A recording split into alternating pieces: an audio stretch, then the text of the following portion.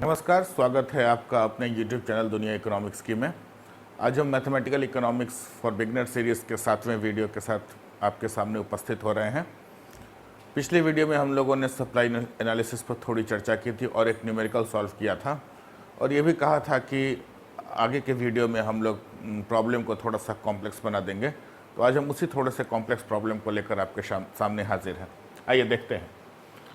यहाँ पर एक इक्वेशन दिया हुआ है P is equals to minus two Q D plus 50 और T is equals to 1/2 Q S plus 25। ये वही इक्वेशन है जो न्यूमेरिकल हम लोगों ने कल किया था। इन दोनों को सॉल्व करके हमारे पास जो प्राइस था, इक्विलिब्रियम प्राइस 30 और इक्विलिब्रियम क्वांटिटी 10 निकल कर आया था। अब चलिए प्रॉब्लम को थोड़ा सा कॉम्प्लेक्स बनाते हैं, देखते हैं क्या है problem. Determine the effect on the market equilibrium if the local authorities decide to impose a tax of ₹5 on each good। मतलब सवाल क्या कह रहा है कि आप जो प्राइस ऑफ द कमोडिटी है, जो भी है whatever, इस पर 5 रुपए का एक टैक्स लगा रही है लोकल अथॉरिटीज। ठीक है, अगर ये 5 रुपए का टैक्स लगाने के बाद जो हमारा इक्विलिब्रियम क्वांटिटी और इक्विलिब्रियम प्राइस क्या होगा, ये निकालना है। आइए झट से देखते हैं। पहले थोड़ा सा कॉन्सेप्ट समझते हैं इसमें क्या है।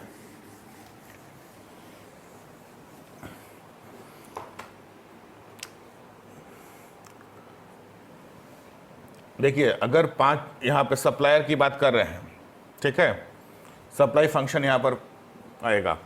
अगर सप्लाई फंक्शन हमारा P is equals to 1/2 QS plus 25 है, तो इसका कर्व किस तरह से होगा, ध्यान दीजिएगा। इसका कर्व कुछ इस तरह से होगा। ये इंटरसेप्ट 25 हो जाएगा। ठीक है भाई, ये इंटरसेप्ट ही तो है हमारा, तो यहां से कुछ कर्व निकलेगा। अब चलिए, अब क्या कह रहा है कि 5 रुपए का हम उस पर टैक्स लगा रहे हैं। अगर 5 रुपए का हम टैक्स लगा रहे हैं तो प्राइस ऑफ द, तो जो प्राइस सप्लायर को जो मिलेगा, जो सप्लायर को जो प्राइस मिलेगा वो कितना मिलेगा, जो भी प्राइस मिलता है P-5 मिलेगा। अरे भाई, हमने 5 रुपए का टैक्स लगा दिया किसी चीज़ पर, तो जो सप्लायर को जो प्राइस मिल रहा है किसी भी कमोडिटी का, उसमें से 5 रुपया कम हो जाएगा। कोई शक यहाँ पर? तो चलिए इसको यहाँ पे रख के देखते हैं, इस इक्वेशन में हम रख के देखते हैं। तो सप्लायर को जो प्राइस मिल रहा है वो हो जाएगा, तो जो नया इक्वेशन आएगा वो हो जाएगा 1/2 प्लस 25। दिस इम्प्लाइज, जब इसको हम ये करेंगे 1/2 प्लस 30, कुछ इस तरह का इक्वेशन आएगा। जब हमारा इंटरसेप्ट 30 हो रहा है तो कर्व कुछ यहाँ से पास करेगा। देखिए लाइन सीधी नहीं हो रही है।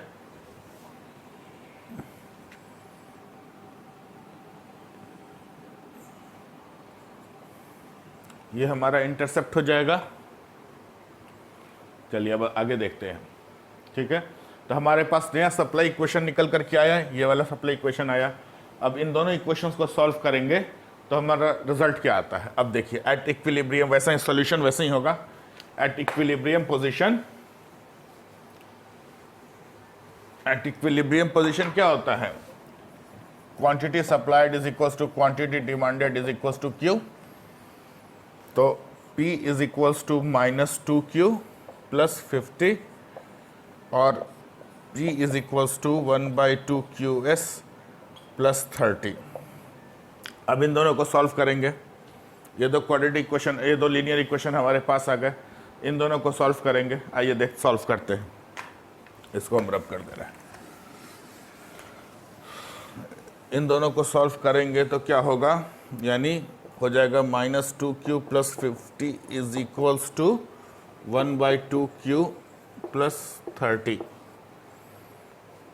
तो इसको इधर लाएंगे तो -2 और ये -1/2 कितना होगा, -5/2।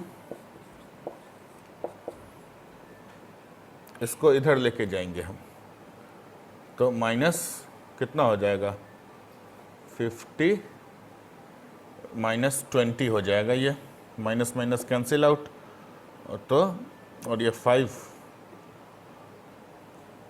फोर्जा, तो Q is equals to 8, quantity हमारी 8 हो जाएगी। अब इस क्वांटिटी 8 को यहाँ रख दीजिए, तो -2 into 8 plus 50 is equals to P, this implies P is equals to 16, P is equals to 34। तो हमारा नया क्या आ जाएगा, P is equals to 34 and Q is equals to 8। ये नया इक्विलिब्रियम प्राइस निकल के चला आएगा।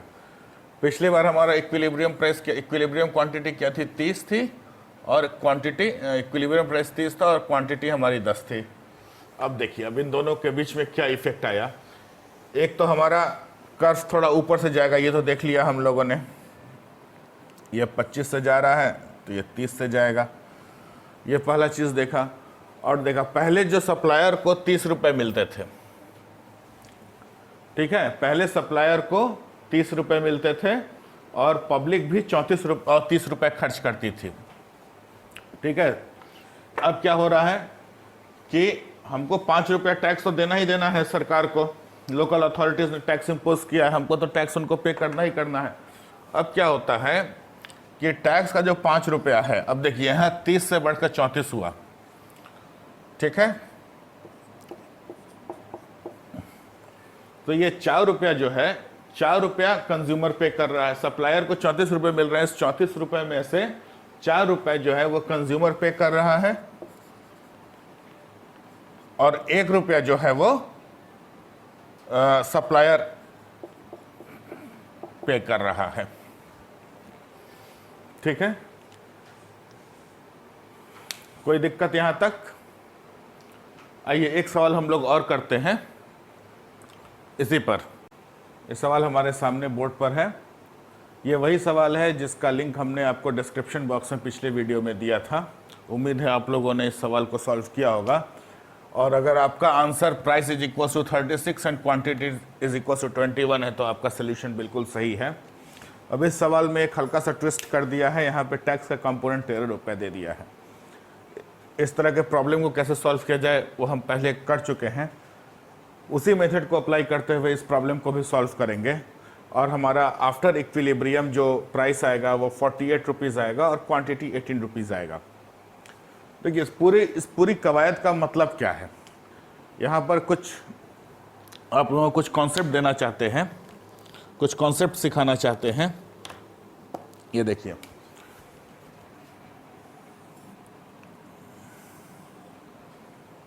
ठीक है, इसमें हमारा जो सप्लाई कर्व होगा ये 29 से चालू होगा, ठीक है। और इसके बाद अगर इस 13 रुपीज़ को यहाँ फैक्टर कर देंगे तो आफ्टर टैक्स फैक्टर करने के बाद ये क्या हो जाएगा, P is equals to 1/3 QS plus 42, यही ना हो जाएगा। तो हमारा नया कर्व कहाँ से जाएगा, नया सप्लाई कर्व ये जाएगा,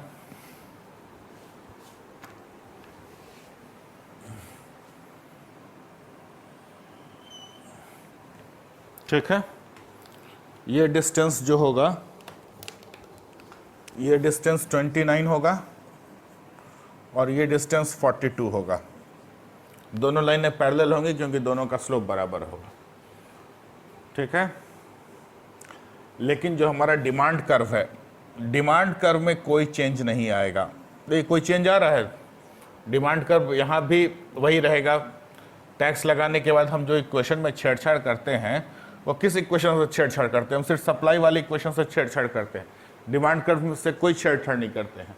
पिछले वीडियो में भी हमने, मतलब पिछले क्वेश्चन में भी हम लोगों ने सप्लाई कर्व पे ही टैक्स को फैक्टर किया था, डिमांड कर्व को ऐसे ही रहने दिया था।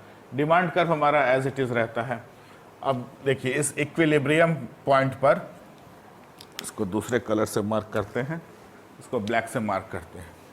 ये देखिए ये हमारा जो है इक्विलिब्रियम, सॉरी ये हमारा इक्विलिब्रियम प्राइस और इक्विलिब्रियम क्वांटिटी है। Before tax this is the supply curve before tax. ये मान लीजिए हमारी क्वांटिटी है Q1, यहाँ पर क्वांटिटी कितनी है 21, सपोज कीजिए इसको 21 ही रख लेते हैं, ठीक है। और उसके बाद पोस्ट टैक्स, ये हमारा प्राइस होगा ना, पोस्ट टैक्स हमारा क्वांटिटी कितना हुआ है 18 हो गया और प्राइस हो गया 48। ये हमारा पॉइंट क्या होगा, ये हमारा पॉइंट होगा 36, 21, ठीक है। और ये वाला पॉइंट क्या होगा, ये आफ्टर टैक्स लाइन है। ये वाला पॉइंट क्या होगा, ये वाला पॉइंट हो जाएगा हमारे पास, सॉरी ये हो जाएगा 2136, 2136 और ये हो जाएगा 1848। देखिए हमारा ग्राफिकल रिप्रेजेंटेशन जो है और जो हमारा मैथमेटिकल रिजल्ट जो आया, दोनों टैली कर रहा है कि नहीं कर रहा है। कॉन्सेप्ट के आधार पर जो हम लोगों ने ग्राफिकल रिप्रेजेंटेशन किया उसको हम टैली कर रहे हैं मैथमेटिकल आउटकम से, दोनों टैली कर रहा है कि नहीं कर रहा है। कहने का मतलब ये है कि जब किसी भी कमोडिटी पे जब टैक्स को इम्पोज किया जाता है तब उस कमोडिटी का सप्लाई कर्व ऊपर की ओर चला जाता है विद द सेम स्लोप, और उसके बाद जबकि डिमांड कर्व उसका एज इट इज रहता है, जिस कारण से उसके प्राइस में तो इंक्रीज होता है और क्वांटिटी में डिक्रीज होता है। ये एक बहुत इंपॉर्टेंट कॉन्सेप्ट है आप लोगों के लिए। अब देखिए यहाँ पे हमारा टैक्स था, अब वो टैक्स का डिस्ट्रीब्यूशन कैसे होगा वो भी समझ लेते हैं एक बार। टैक्स था 13 रुपया, प्राइस बढ़ के हो गई 48 रुपये, यानी डिफरेंस इन प्राइस कितना हुआ 12 रुपीज़। 12 रुपीज़ जो सप्लायर लेता है किससे, कंज्यूमर से लेता है एक्स्ट्रा। तो 13 में से ये जो पैसे हैं, जो एक्स्ट्रा पैसे जो उसने लिए सप्लायर ने कंज्यूमर से, देखिए उसको ओरिजिनल तो 36 रुपीज़ मिल ही रहा है, ठीक है। 36 रुपये, अब उसको मिल रहा है 48 रुपीज़। ये 48 रुपीज़ जो है, ये 12 रुपीज़ जो है, ये कौन पे करता है, ये पे करता है हमारा कंज्यूमर। और 1 रुपया जो है वो पे करता है कौन, 1 रुपया पे करता है हमारा सप्लायर। अब 48 रुपये में से उसको 12 रुपये मिल रहे हैं, ये 12 रुपये कौन दे रहा है, ये 12 रुपये जो उसको दे रहा है वो कंज्यूमर दे रहा है। तो ये कंज्यूमर का पैसा हुआ ना, ये कंज्यूमर ने इसको पे किया टैक्स को, प्लस 1 रुपया जो है वो पे करता है कौन, सप्लायर। तभी तो 48 होगा, 12 प्लस 1 13 रुपया, तभी तो होगा। तो इफेक्टिव सप्लायर के पास जो इफेक्टिव कलेक्शन होता है वह कितना होता है, 1 रुपया कम होकर 35 रुपया हो जाएगा। इसीलिए आप लोगों ने देखा होगा कि जब भी टैक्स बढ़ता है तो जो भी सप्लायर या जो भी बिजनेसमैन या जो भी प्रोड्यूसर होता है वो उसका विरोध करता है, क्योंकि उसका वेलफेयर तो यहाँ पे कम हो रहा है। पहले अगर in the absence of tax उसका वेलफेयर 36 रुपये का था, लेकिन आफ्टर वेलफेयर, मैं इक्विलिब्रियम पॉइंट की बात कर रहा हूँ, आफ्टर वेलफेयर क्या होता है कि एक तो उसकी क्वांटिटी कम हो जाती है, क्वांटिटी का डिमांड कम हो जाता है। दूसरी बात कि उसको भी लॉस होता है। अगर यहाँ पब्लिक का 12 रुपया नहीं हो, मान लीजिए ऐसा कुछ पॉइंट आवे इक्विलिब्रियम पर, सपोज कीजिए जो कि यहाँ 10 ही रुपये हो, लेकिन 13 रुपया उसको देना है टैक्स, 13 रुपया पे करना है, तो 3 रुपये उसकी जेब से जाएगा, प्रोड्यूसर और सप्लायर की जेब से जाएगा, तो उसका वेलफेयर कम हो जाएगा। इसलिए आप लोगों ने देखा होगा कि जब भी गवर्नमेंट टैक्स बढ़ाती है किसी भी चीज़ पर, तो व्यापारी वर्ग जो होता है, व्यापारी वर्ग उसका विरोध करता है। विरोध का कारण यही है। समझ में आया? आज के वीडियो में बस इतना ही। ये वीडियो आपको कैसा लगा हमें कमेंट सेक्शन में ज़रूर बताइएगा। आप हमसे हमारे ईमेल आईडी पर भी संपर्क कर सकते हैं। ईमेल आईडी हमारे डिस्क्रिप्शन लिंक में दी गई है। हमारी एक आपसे गुजारिश और है, आप जिस भी कॉलेज और यूनिवर्सिटी में आप पढ़ाई कर रहे हो, वहाँ जिस भी रेफरेंस बुक का आप यूज़ कर रहे हो उसके सारे न्यूमेरिकल्स आप सॉल्व कीजिए। जितना से अधिक ग्राफ आप ट्रेस कर सकते हैं उतना अधिक से अधिक ग्राफ ट्रेस करें, क्योंकि ग्राफ ट्रेस करने से और न्यूमेरिकल लगाने से ही आपके कॉन्सेप्ट्स और भी क्लियर होंगे। आप अपनी कोई भी क्वेरी आप हमें ईमेल पे डाल सकते हैं। आप हमें हमारे कमेंट सेक्शन में भी कोई भी क्वेरी डाल सकते हैं। आपकी क्वेरीज को का हम लोग निश्चित रूप से सोल्यूशन प्रोवाइड करेंगे। Thanks for watching. जय हिंद।